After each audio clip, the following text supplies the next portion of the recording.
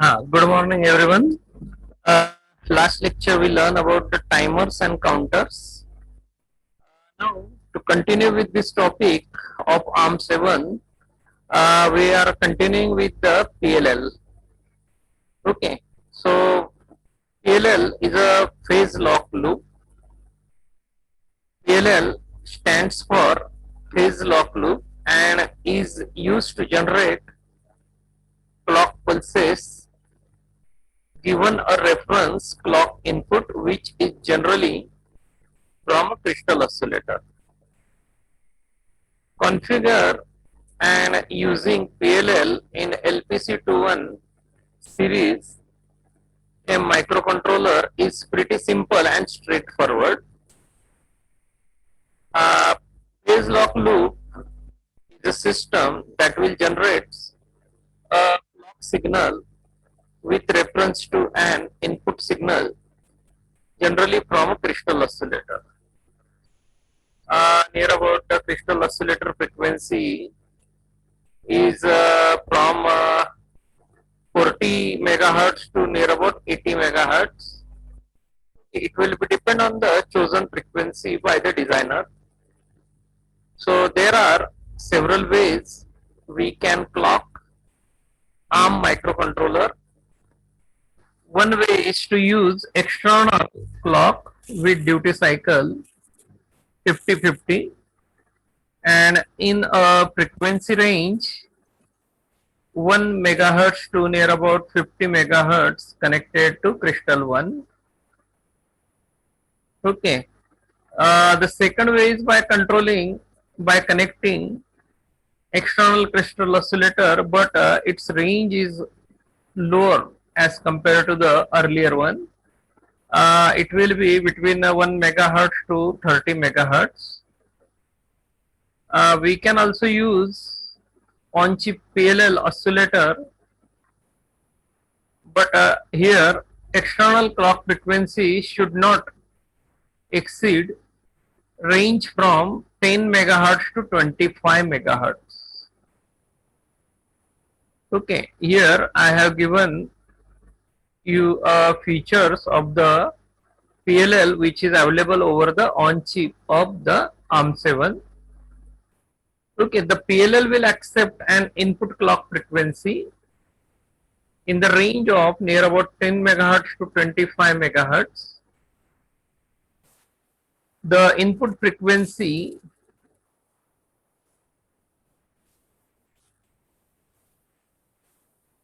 is multiplied up into the range of 10 megahertz to near about 60 megahertz with a current control oscillator. Shortly we will say CCO. The multiplier can be integrated, can be an integer value of from 1 to 32. Generally in practice, the multiplier value cannot be higher than 6 on this family of microcontroller due to the upper frequency limit of the CPU. So that's why here by default you can keep it will be 6 or you may choose it below than 6 also. The CCO operates in the range from 156 megahertz to near about 320 megahertz. So there is an additional divider in the loop to keep the CCO within its frequency range, while the PLL is providing the desired output frequency. The output divider may be set to divide by 2, 4, 8 or 16. Okay, it is multiple of 2 to produce the output clock. Since the minimum output divider value is 2, it is ensured that the PLL output has a 50% duty cycle. The PLL is turned off and bypass following a chip reset and may be enabled by software. The program must configure and activate the PLL, wait for the PLL to lock, then connect to the PLL as clock source. The settling time of PLL is near about 100 milliseconds. Now here I have given you the block diagram which is available in the 2148. The same block diagram is shown here also. Okay, generally our ARM7 will carry two PLL, PLL0 and PLL1. The PLL0 is used to generate the CCLK clock, that is system clock, while the PLL1 has to supply the clock for the USB at a fixed rate of 48 megahertz. Structurally, these two PLL are identical with exceptions of the PLL interrupt capability is reserved only for the PLL0. The PLL0 and 1 can accept an input clock frequency in the range of 10 megahertz to 25 megahertz only. The input frequency is multiplied up to the range of 10 megahertz to 60 megahertz for the CCLK and 48 megahertz for the USB clock using current control oscillator. Here a multiplier is used. It has an integer value between 1 to 32, but for higher value of frequency, to limit that higher value of the frequency, here the multiplier value is kept below than 6. So that's why when you are going to program, then you cannot write this multiplier greater than 6. Now ARM7 microcontroller need two clock signals. One is for its peripheral and another is for its CPU. Generally the purpose of the CPU is to carry out all the actions, so that's why its frequency will be faster. Okay, CPU works faster with higher frequencies, whereas peripherals needs lower frequency to work with. The peripheral clock, that is PCLK, and CPU clock is CCLK, gets clock input from a PLL or from external source. When you are going to reset, the PLL is get configured. So that's why configuration of PLL and VPB, that is a VLSI peripheral bus divider, would be the first thing to do. Okay, these two actions are carried out by the internal. So here in the block diagram, it is shown you there is a system clock and USB clock are getting from PLL0 and PLL1. The system function will be handled with the help of a system function block. It has a frequency coming from two crystal oscillator. One is connected to XTAL1 and another is connected to XTAL2. Similarly, the reset pin will be also linked with this. it helps you to restart the CPU or the entire peripherals. So that's why here clock frequency is supplied to the CPU as well as peripheral. So that's why this reset signal is present over this. Now here a block diagram is shown along with a table. Okay, here a crystal oscillator or external source, that is F oscillator frequency, is connected to that PLL0. Its frequency get divided into two parts. First one is given to the processor's clock, that is CCLK, and another is given to the APB divider, that is APB clock, that is PCLK.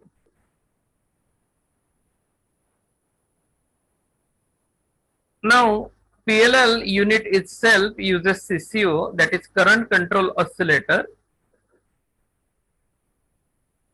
which operate in the range between 156 MHz to 320 MHz. So there is additional divider which keeps CCO within its range, while PLL will provide desired frequency. Output clock is generated by dividing CCO frequency by 2 or 4. It is multiple of 2. So that's why 2, 4, 8, 16, etc. The minimum divider is 2, so that the output of PLL is always have a duty cycle 50% for operation. The peripheral clock, that is PCLK, is derived from CPU clock, that is CCLK. The APB divider decides the operating frequency of PCLK. The input to APB divider is CCLK and output is PCLK. Generally, by default, PCLK will runs at 1/4 speed of CCLK. To control the APB divider, we have a registers called VPB divider. The value of VPB divider control the division of CCLK to generate the PCLK. So here I have given you a table. That table will shows the possible values of VPB divider and the corresponding PCLK values. So whatever table is shown in the right topmost corner is showing you, in case a VPB divider value is 0, that is 0x00, then PCLK is 1/4 of CCLK. If VPB divider is equal to 0x01, then PCLK is directly proportional to CCLK. If VPB divider is equal to 0x02, then PCLK is 1/2 of CCLK. And in case if VPB divider is 0x03, then it is reserved, it has no effect. So here this chart is showing you how the PCLK values are getting proportional to VPB divider. So keep it in mind, remember it. Most of probably in your multiple choice questions, such a MCQ may get asked, so you should be alert.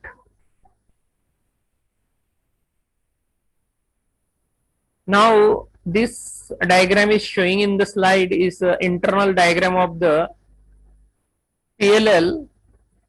Okay, just for your information point of view, that I have taken it from the data sheets, so you should have idea that how that PLL block diagram, internal block diagram will be. So for that point of view, here you can see F oscillator is connected. Internally a phase frequency detector will be there.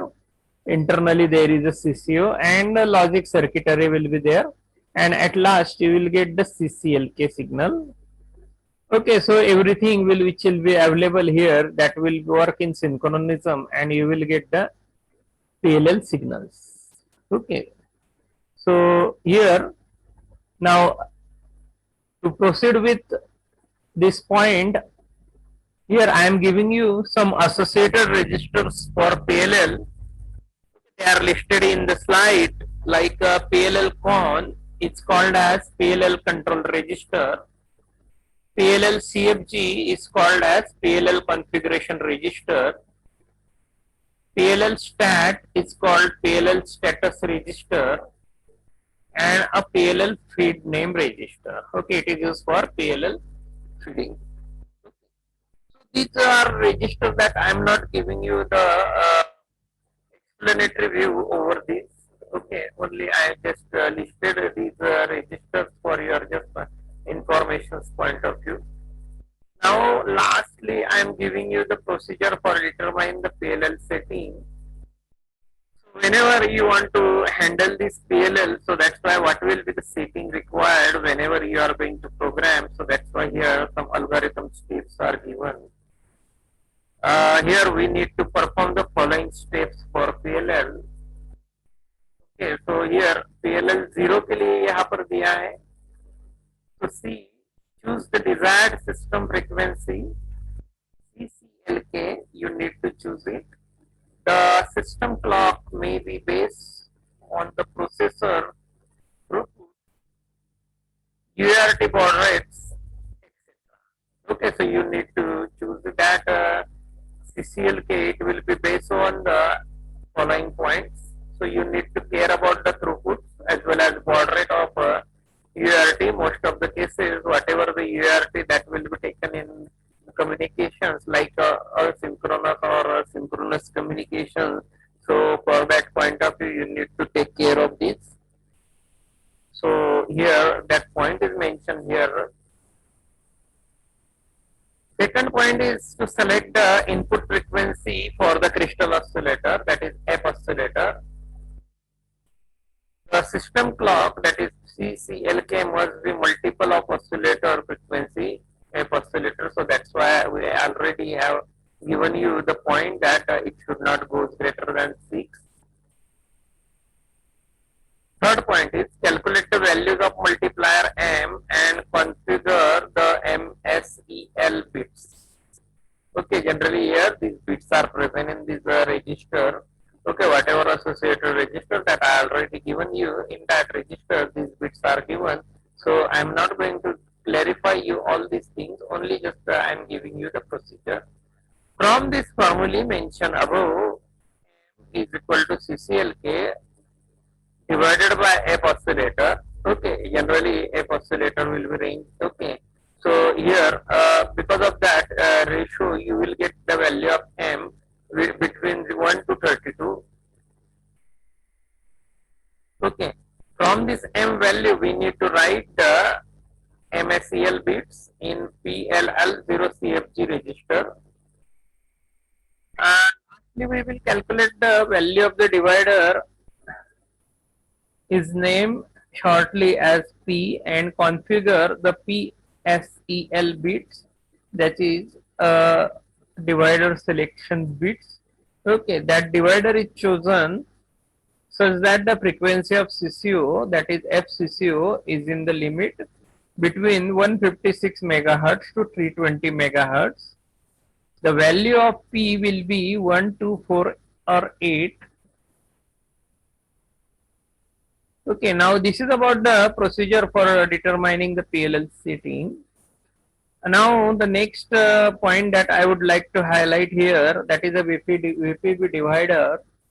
Listen it carefully here. A VPB divider is a APB divider. Okay, so that's why there may be a name differences. So that's why advanced peripheral bus is there. So that's why here APB bus is also linked with this VPB, or it is also called as. So that's why VPB divider dialog control the VLSI peripheral bus divider control register. Okay, here one register is shown in the diagram. Okay, it is a VPB divider and its value is given along with the PCLK and XCLK. Okay, here it will be selected by you, so that's why you will be able to select the VPB divider frequency. Actually, here it is shown in the dialog box, so that's why it is written like this: the VPB divider dialog control the VLSI peripheral bus divider control register. These registers control the VPB clock rate, PCLK. It is based on the microprocessor clock rate, that is CCLK. You may display or change the setting using this dialogs. Okay. VPB divider का जरूरत क्यों है, right? So that's why here I am giving you the idea why it is necessary. So VPB divider means VPB divider control register. It contains the bit setting that determines the MPU clock divisor for calculating the peripheral clock. Okay, so here the APB divider determines the relations between the processor clock and clock used by the peripheral devices, that is PCLK. The APB divider or VPB bus having these two purposes. First one is to provide the peripherals with the desired PCLK via APB bus so that they can operate at the speed chosen for the ARM processor. So here we need to take care whether the processor are operating with the peripheral. So that's why the proper synchronization, proper communication can be taken place. So that's why that APB bus will be take care. So that's why here the VPB bus is used for generating the specified frequency range. Okay. In order to achieve this, the APB bus may be slowed down to 1/2 or 1/4 of the processor's clock rate, because the APB bus must work properly at power up and its timing cannot be altered if it does not work, since the APB divider control register resides on the APB bus. The default condition at reset is for the APB bus to run at 1/4 of the processor's clock rate. The second purpose of the APB divider is to allow power saving when the application does not require any peripheral to run at the full processor rate, because the APB divider is connected to the PLL output.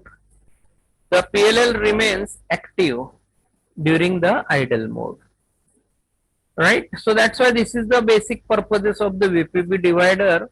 Okay, and it has these two purposes. Okay, so that's why the APB or VPB divider is required.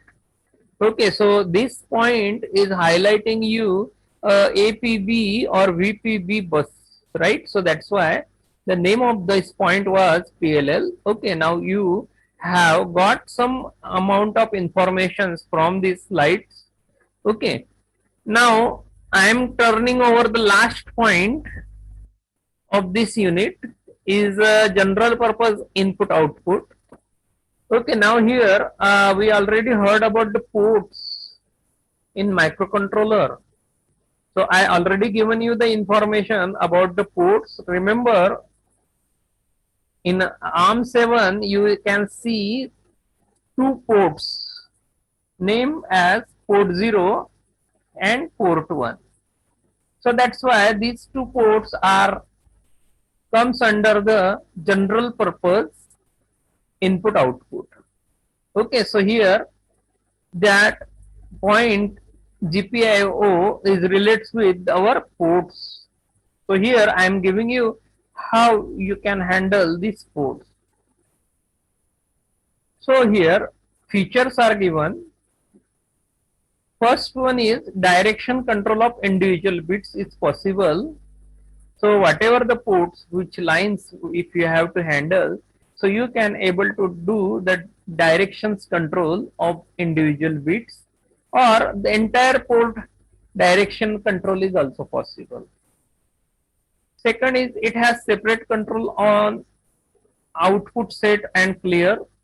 So either you use a single bit or a nibble or a byte or a word or entire 32-bit port. It will be depend on you. You can able to separately control the output set and clear operations. All IO default to input after resets. Okay, all IO lines are default to input after reset. Means when you are going to restart this microcontroller, all IO lines are enabled as input lines by default. Right? Got these 3 points? Now with this, I am going to explain entire port. So first of all, before that, I am telling you the applications.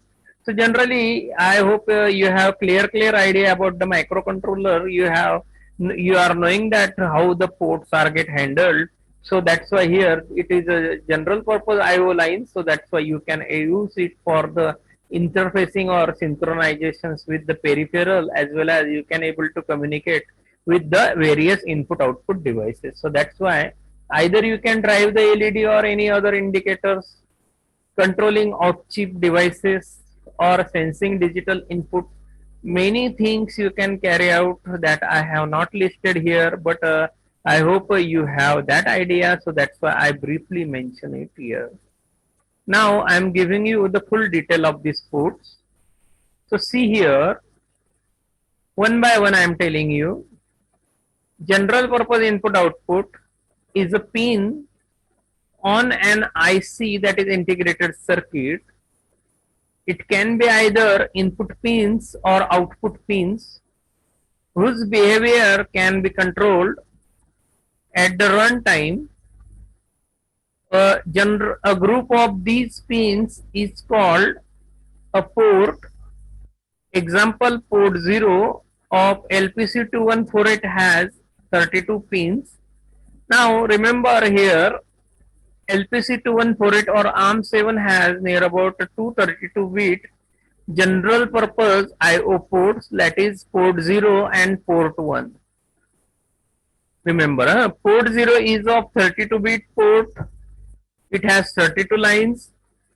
Out of these 32 lines, 28 lines are configured as general purpose input output. One of these 32 pin, that is P0.31 line, can be configured as general purpose output only.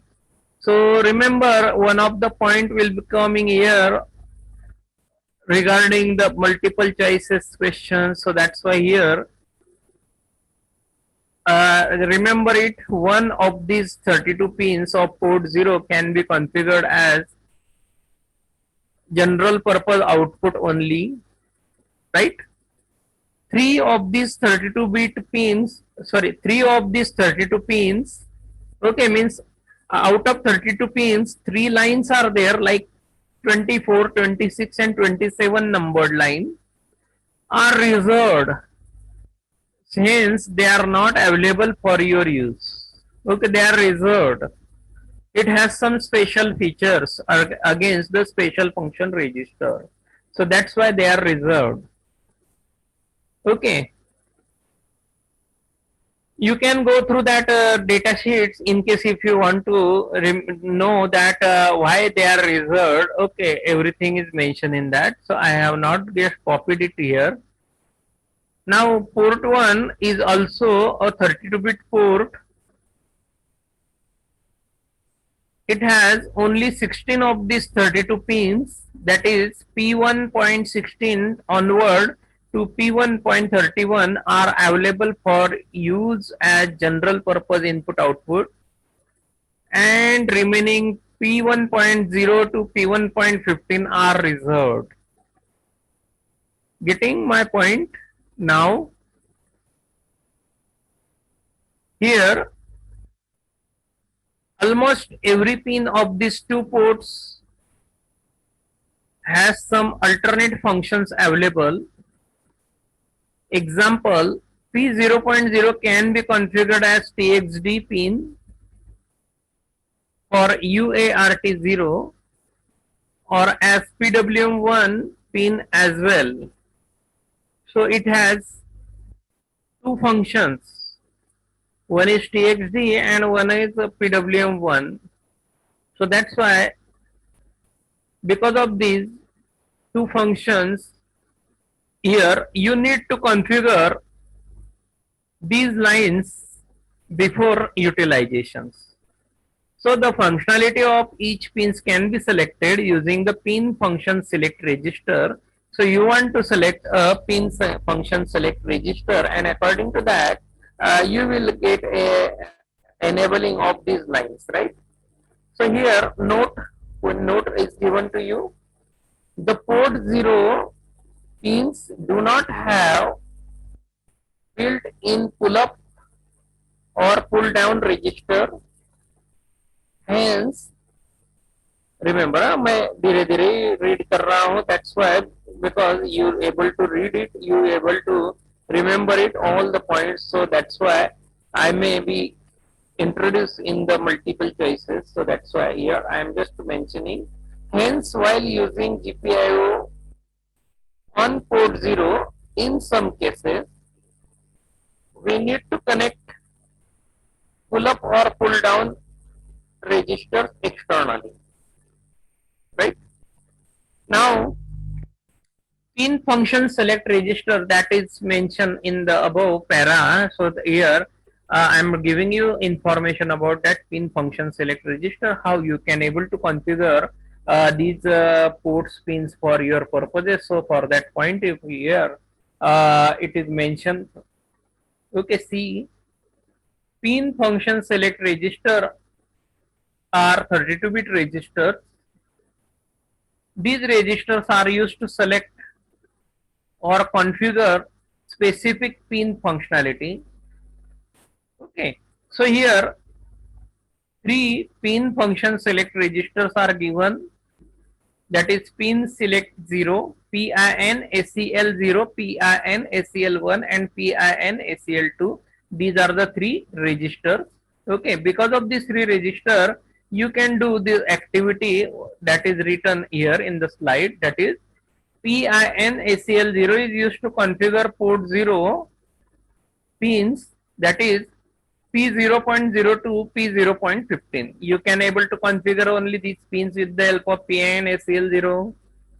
PIN SEL 1 is used for port 0 pins P0.16 to P0.31 only, and PIN SEL 2 is used for configuring ports 1 pin, that is P1.16 to P1.31 only. Okay, because only these pins are available for you, so that's why they have given you how you can use it.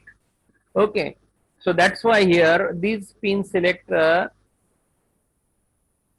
pin function select registers are helping you to select the pins as per your requirement.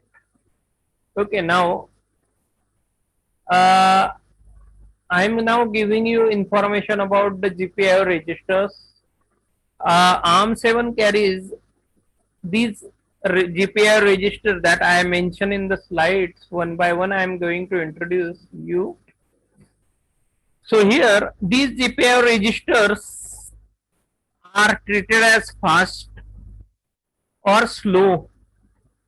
So remember, there are 5 fast GPIOs register and 4 slow GPIO registers to control port 0 and port 1 operations. Generally, the slow GPIO registers allow backward compatibility with earlier family devices using existing codes, and the fast GPIOs are recently introduced. Okay, so I am giving you idea about how you can handle the GPIO register for latest processors programming as well as older or earlier family devices programming. Okay, so here now I am giving you idea about the slow GPIO register first. In earlier days there was slow GPIO registers. Now they are named as, first one is IOXPIN. Okay, this is a new name, IOXPIN. जो black colour में लिखा रहेगा वो नया नाम रहेगा और जो रेड कलर में है वह ओल्डर नेम था. तो जनरली अगर आपके पास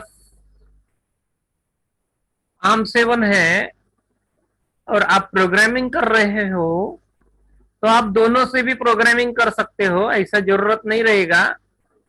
ओके, लेकिन आपके पास अगर ओल्डर कंपाइलर अगर रहेगा तो ओल्डर कंपाइलर के लिए आपको रेड वाली इंस्ट्रक्शन देनी पड़ेगी, नई वाली इंस्ट्रक्शन वहां पर रन नहीं होगी. Right. So here first slow GPIO register is IOXPIN or IOPINX.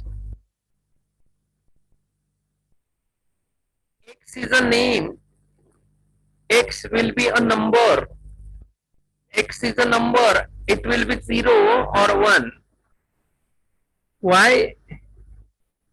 You may use it for port 0 or port 1. If you are using for port 0, you may write IO0PIN or IOPIN0.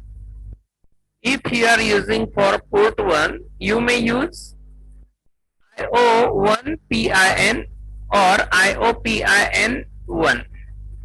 Right? Now we will see here what is this, what is the purpose of this register. IO pin means it is a general purpose input output port pin value register.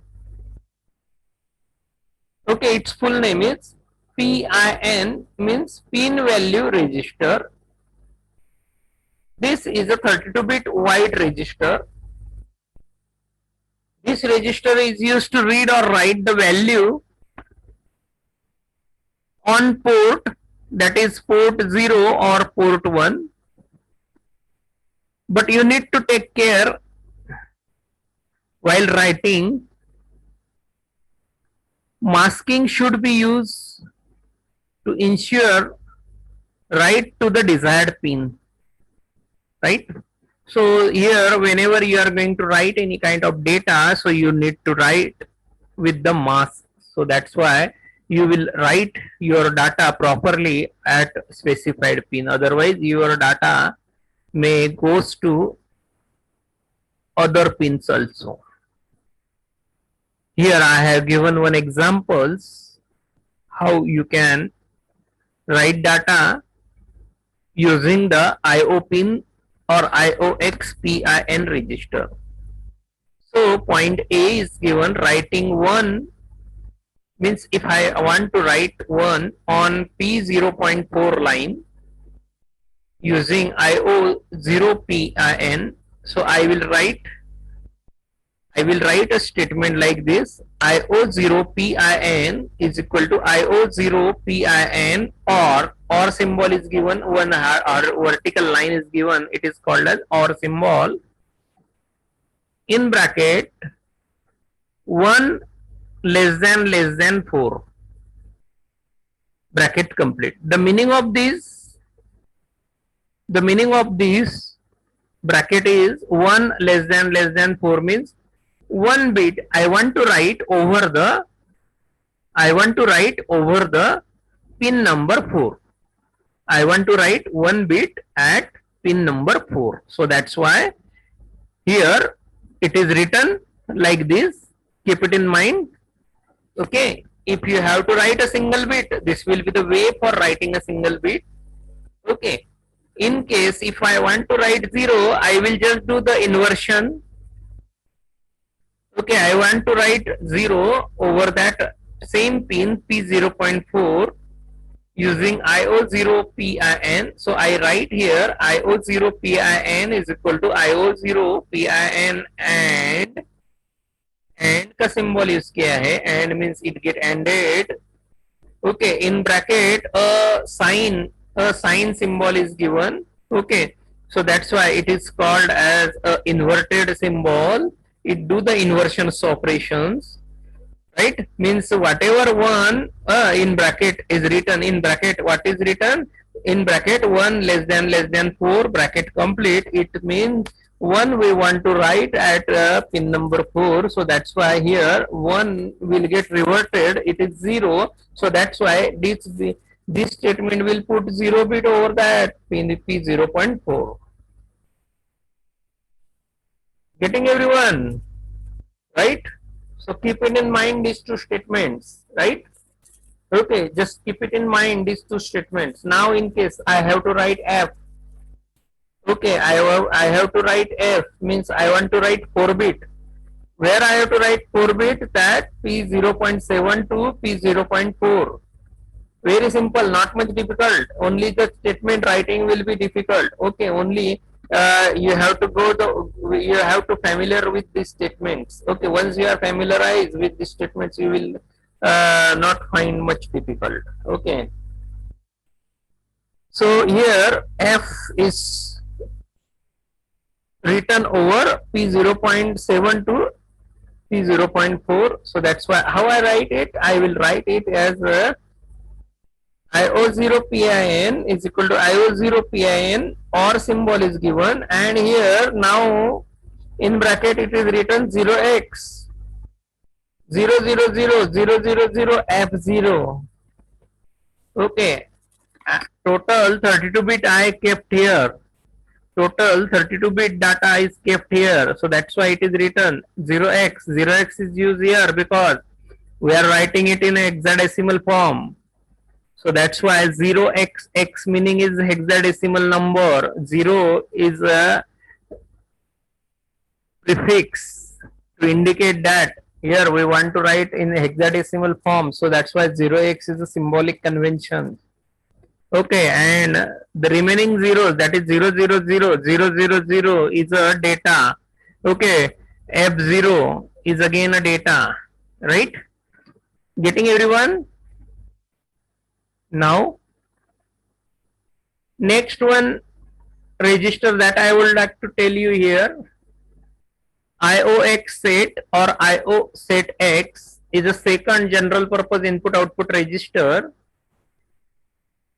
This is a general purpose output register, output set register. Okay, it is a general purpose GPIO port output set register. Okay, it is used for setting, means as like your set B instruction. Okay, in your 8051 you heard about the set and clear. Okay, so very similar the instructions here also, set B or clear. Okay, same instructions is available here also. Okay, only here IOX set is written or IO set X is written. This is a 32-bit wide register. This register is used to make pin of the port 0 or port 1 high. Writing 1 to specific bit making that pin high, writing 0 has no effect. Okay, so here I have given one example, but I am showing you it later one. But first of all, I first complete the introduction of all these register one by one, then I will turn toward the examples, right? So third register is IOXDIR or IODIR. GPIO port directions control register.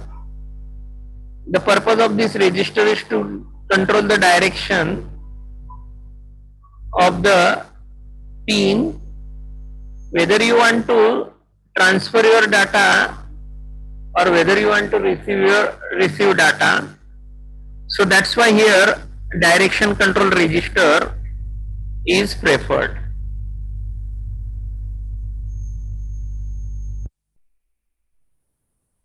This is a 32-bit wide register. This register individually controls the direction of each port pin. See, setting a bit to 0, we can configure the corresponding pin as an output pin. In case if you want to set 0, means you will configure that pin as input pin, right? When you want to transfer your data to and fro from the microcontroller, that time the IODR register is helping you, right? Then next is IOXCLR or IOCLRX. It is very similar to your clear, so that here it is named as GPIO port output clear register. This is a 32-bit wide register. This register is used to make pin of port low. Means this pin is this bit is, or sorry, this instruction or this register is used for keeping low bit over that pin. Writing 1 to specific bit makes that pin low. Writing zeros has no effect. Means if we are writing 1, then it means we are going to put logic 0 over that pin. Otherwise, if you write 0, it has no effect. I have given examples A, B, C. In A, I have given about the direction. Here, C, configure pin port 0.0 to P0.3, means here I want to configure the pins as the input pins and P0.4 to P0.7 as an output, right? So here I want to set the direction of the P0.0 to 3 as the input and P0.4 to P0.7 as an output. So that's why here I already given in the point number 3 that IODR 0 is used for input and 1 is used for output. So that's why I put 0 on P0.0 to P0.3, that are 4 bits. So that's why entire hex digit will be 0. And I put 1 over P0.4 to P0.7 for making these lines as output lines. Its equivalent hex is F. So I write here a instruction like IO0DIR is equal to 0x00000F0. What it means? It means 4 to 7 line are configured as output line and 0 to 3 lines are configured as an input line. Getting my point? Any doubt? Any doubt over this? Now, second point, that is B, configure pin P0.4 as an output. Means I want to keep P0.4 as an output line. So for output, to make an output line, I want to put a logic 1 bit over that. So I need to use that IODR, right? So that's why here I return IO0DIR is equal to 0x0000010, or other way you can write it as IO0 dir is equal to 1 less than 4. Okay, so it means fourth line of port 0 is used as output line. Very clear idea I am giving with this video. You just listen it carefully. Now about point 2, that is IO set, I am giving one instruction. Now here I want to set that line. Now earlier instruction was to configure as an output line. Now I am going to put a logic 1 bit over that. So I use here IO0 set. This instruction is used for keeping a logic 1 bit over a specified line. So I write it here is equal to in bracket 1 less than 4. It means 1 bit is kept over fourth line of port 0. So you will connect any LED that may glow, right? Getting everyone? Now I am going to configure again the same statement I written here. Configure pin in point C. I written configure pin P0.4 as an output, then set that pin low. C, I written it same statement IO0 dir is equal to 0x00000010. I just configured it. After that, I like to put 0 bit over that line, so that's why IO0 clear is equal to in bracket 1 less than 4. It means I want to put 0 bit over fourth line of port 0. So that's why whatever LED which is connected over this pin will turn off. Getting everyone? So here this will be one of the experiment of LED turning on and turning off. So with the help of these you can go for that experiment also. And this is about the slow general purpose input output registers. So there are total 4 general purpose output register are named as IOPIN, IOACT, IODIR and IOCLR. These are the 4 general purpose register. Keep it in mind their use. Now I am ending this video with these words because the video is very much lengthy. Okay, so that's why I am turning off this video. So next point, that is fast general purpose input output register, that I will continue in the next video, right? So thank you very much for your patience listening, as well as give your attendance in the comment box.